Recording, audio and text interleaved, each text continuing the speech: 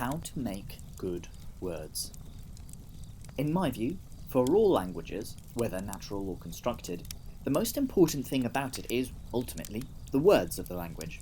You can have a delicious phonology, delightful phonotactics, a darling grammar, daring conceptual metaphors, dazzling pragmatics, and disarming paralinguistic features, but without words, without a lexicon, all that is merely scaffolding. And for anyone who's been inside an actual building, we know well that scaffolding alone is simply not enough. So how does one create words, and good words at that? I'll break this down into 3 parts: choosing word sounds, choosing words meanings, and extending what you have. What follows is not a blueprint, mind you, just my thoughts on the matter brewed from my own brain and some external sources listed below for further reading. Let's crack on. Choosing the sounds of the words. 1. Just do it. Some people have an innate ability to just coin words off the top of their heads, and some can do this for every word in their Conlangs lexicon, and that's amazing, but I can't do that, so I rely on other means. Number 2. Use a generator. This method some might consider cold, but it is effective. You can decide on the phonotactic constraints of your conlang, either ex nihilo, or maybe after analysing some of those words you invented on the fly. Then plug them into a generator and generate as many words as needed.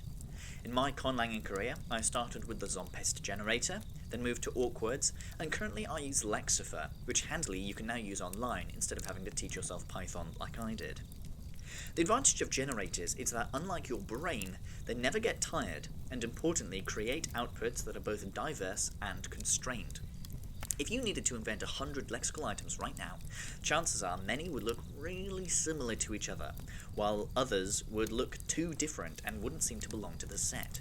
Generators can create aesthetic unity, but you need not be slave to them, as you are always at liberty to keep or reject any part of the generated output.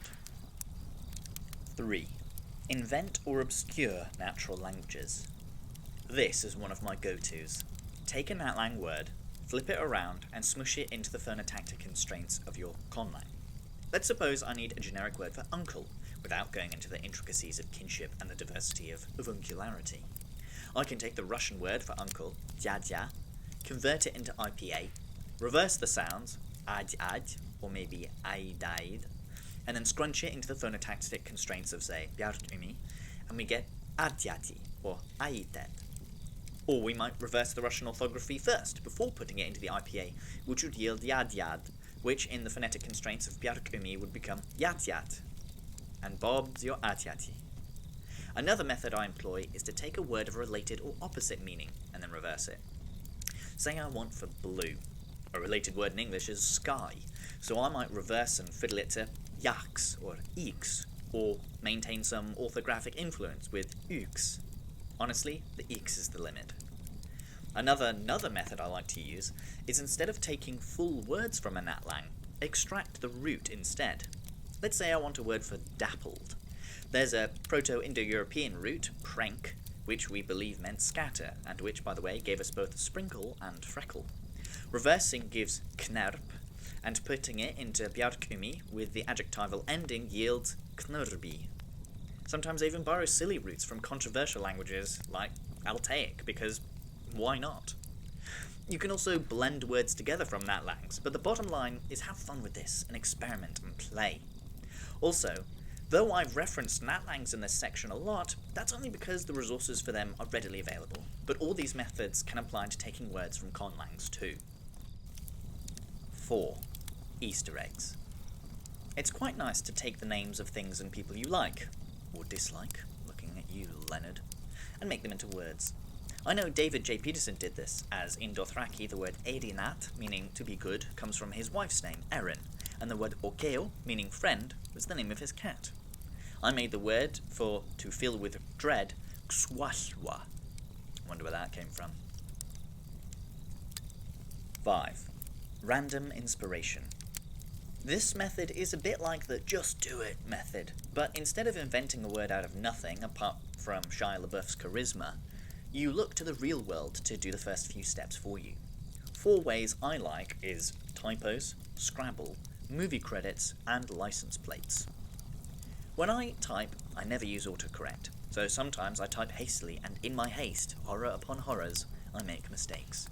But these mistakes are occasionally highly pleasing to me, so I'll note it down for a conlang word before correcting it. Playing Scrabble is great because you literally shuffle letters around, and I'm happy to admit that when I'm struggling in the game, I have an enormous faculty for inventing novel words based on the tiles in my hand. Most movies or films nowadays have hundreds of people in the credits, and you're bound to find distinctive names to co-op or apply the Natlang inversion technique to them. License plates, for which I can only speak of the British ones, end in 3 letters.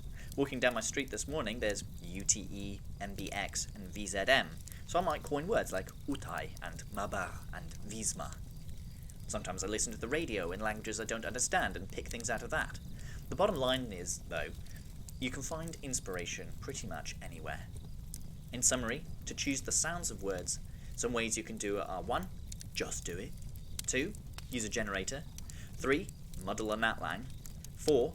Add in Easter eggs. Or 5. Get random inspiration from the real world.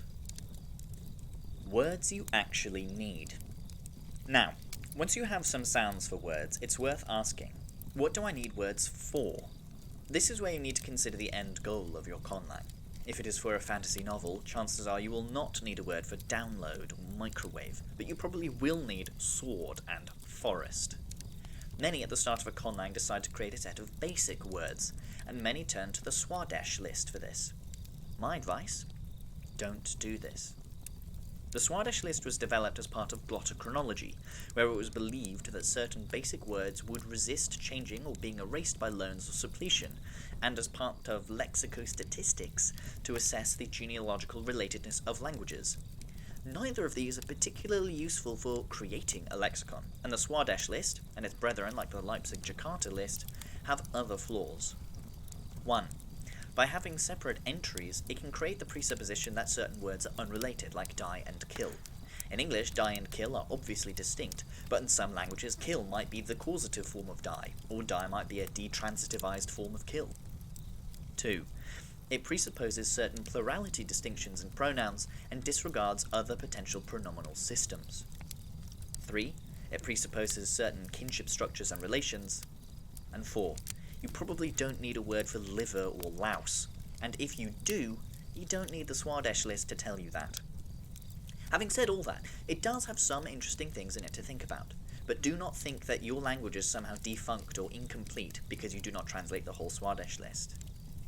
But what to do? Well, there are 2 things you can do. First, make your own list of words you need. And second, translate stuff. Translating is the single best thing you can do, because it gets you to generate vocabulary while also thinking about grammar. Choose things to translate that are relevant to your goal. You can pluck from prose, poetry, your own writing, scripture, movies, and even textbooks, and you'll find that the basic words are the ones that will naturally crop up again and again. It is a bit of a conlang tradition to translate the Tower of Babel story, but in my opinion, that's actually quite a hard piece to translate. You need to consider how verbs of motion work, reciprocal constructions, imperatives, relative clauses, if clauses, and so on. So, by all means, start with something easier. And at this mention of translation, I must discuss something else. Dealings with meanings. While it may seem that a word simply means what it means, it is always worth thinking about the meaning carefully, because a word can have many meanings according to context, both the context of the utterance and the context of the words around it, and because there is rarely a perfect overlap in meaning of 2 words from different languages. Let's take the English word man, and say that in our conlang examplish, the word for man is nagu. We could translate Jim is a man, with simple juxtaposition as Jim nagu. But if we were to translate the lament, aw man, it is superbly unlikely that we would render it as aw nagu. The words, while ostensibly the same, have vastly different meanings in these contexts, and as we all well know, the proper translation would be ah shazbat, where shazbat is the examplish word for bucket. Or let's take the English phrase, are you getting this? If you were in a lesson and your maths teacher said, are you getting this? They are asking if you understand. But if you're in a bookshop and your lover holds up a copy of Semaphore Made Fun and says, are you getting this? This is a query about whether or not you intend to purchase the book. The word get gets even better though based on what words are around it. Get on it, get it on, get with it. Get with Jeremy, get off with Jeremy, get off it, get it off, get over it, get it over with, get up it, get it up, get down from partying on the roof, or get down partying on the roof. Or take the English word no. The following sentence is perfectly fine. I know Leonard, and I know he's a Chazbot. Now, translating this into French gives us Je connais Léonard, et je sais qu'il est un Chazbot. You'll notice the French uses two different verbs. Connais is used with people, while c'est is used with facts. The scope of the English know encompasses both connais and c'est. Is English more efficient? Is French more precise? I do not think these questions matter. What matters is recognizing that different languages cut up the multicolored, multidimensional cake of life in different ways. So you should be mindful of where you make your slices. And you should be mindful that this cake is a weird one, because how you slice it changes its flavor. If you slice the cake the same way as your mother tongue, you end up creating what is called a relex, where the lexicon overlaps exactly with your mother tongue. Most conlangers find this undesirable, but if you want to do it, go ahead. Just be aware. In summary, for choosing what words you need, 1. Keep your goals in mind, 2. Make a list of the words you need, and 3. Translate relevant stuff. Extending what you have. Let us suppose you have some words now. There are a couple of ways you might use them as a base to expand your lexicon. The first method is using derivational morphology. Let us imagine I am inventing English, and all I have created so far are 3 words, the verbs write, sing, and dance. I want to derive nouns from these verbs, specifically nouns that do the verb, so I invent the morpheme er. Adding that to my verbs gives me writer, singer, and dancer. So with one morpheme, I've doubled my words. If you have a robust system of derivational morphology for deriving new words from already existing words or roots, then you can expand your lexicon quite quickly. But you do not need derivational morphology for every conceivable meaning or transmutation. Arabic has the ma prefix to make nouns of place, maktab, matbakh, maghrib, masjid. The respective roots of these words is kutaba, to do with writing, tabakha, to do with cooking, ghuraba, to do with the west, and sajada, to do with bowing and worship. We could imagine English having an equivalent morpheme with the suffix place to yield right place, cook place, west place, and pray place. But instead we have desk, kitchen, sunset, and mosque. I won't go through the etymologies fully, but in brief, desk comes from the medieval Latin desca, from the Latin discus, meaning platter or dish. Kitchen ultimately comes from the Latin word coccus, a cook. Sunset pretty obviously comes from sun and set. And mosque is a straight learn from the Arabic via French and Spanish. We do have words that end in place, like workplace and fireplace, but you cannot make words ending in place that will be immediately understood. This brings us to the idea of whether the derivational morphology is productive or not. If not productive, new words cannot be formed with that particular morpheme or construction. If it is productive, new words can be coined easily, like the in English is, giving us such gems as blogger and YouTuber, instead of the infinitely more cumbersome one who blogs or one who serves the algorithm. It is worth noting as well the difference between bound morphemes and unbound morphemes. You can go hence and look up the details, but the gist is that bound morphemes cannot occur on their own, like and they must attach to a word or root and cannot exist in isolation, and unbound morphemes are the opposite of that. In terms of deciding on the shape and sound of your derivational morphology, assuming you are not designing a template and root system like languages in the Semitic family have, you can just choose sounds you like, or make compounds using full words. Most morphemes have full lexical item antecedents, meaning they used to be words in their own right, but many become so eroded through phonological change that it is impossible to tell what they were originally. Wiktionary has a surprisingly good etymology section if you're interested in the origins of some morphemes. The second method to extend what you have is taking advantage of the linguistic phenomenon of reanalysis. You may have come across this in phonology, where the boundary of words is reanalyzed. In English, this process gave us words like adder and apron, which were formerly nadder and napron. A nadder and a napron were reanalyzed as an adder and an apron. Easy to hear why. But phonetics aside, this can also apply to reanalyzing morpheme boundaries within a word. The word burglar originally comes from the Latin burgare, to break open, and the word sculptor comes from the Latin verb sculpere, meaning to carve. But both sound like they have that ending we have come across, so we'll reanalyze as burgle plus and sculpt plus allowing us to extract those two verbs we all know and love, burgle and sculpt. This type of reanalysis is called back formation. Note, do not focus on the orthography.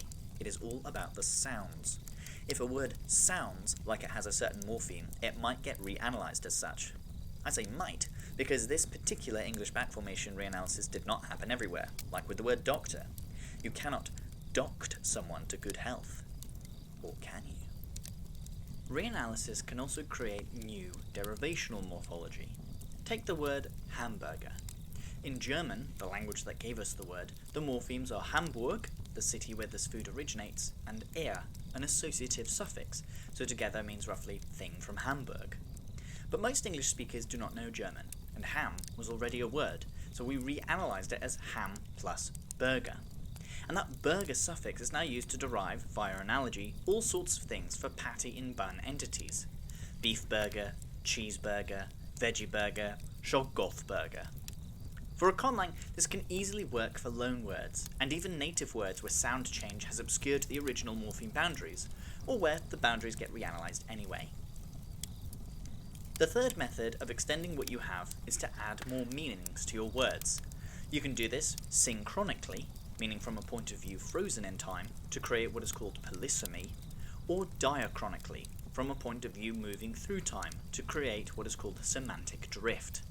An example in English of the former would be the word handle, which has the physical sense of manipulating with the hands, as in the phrase handle with care, but also a more abstract sense of dealing with or enduring something. Can you handle the heat?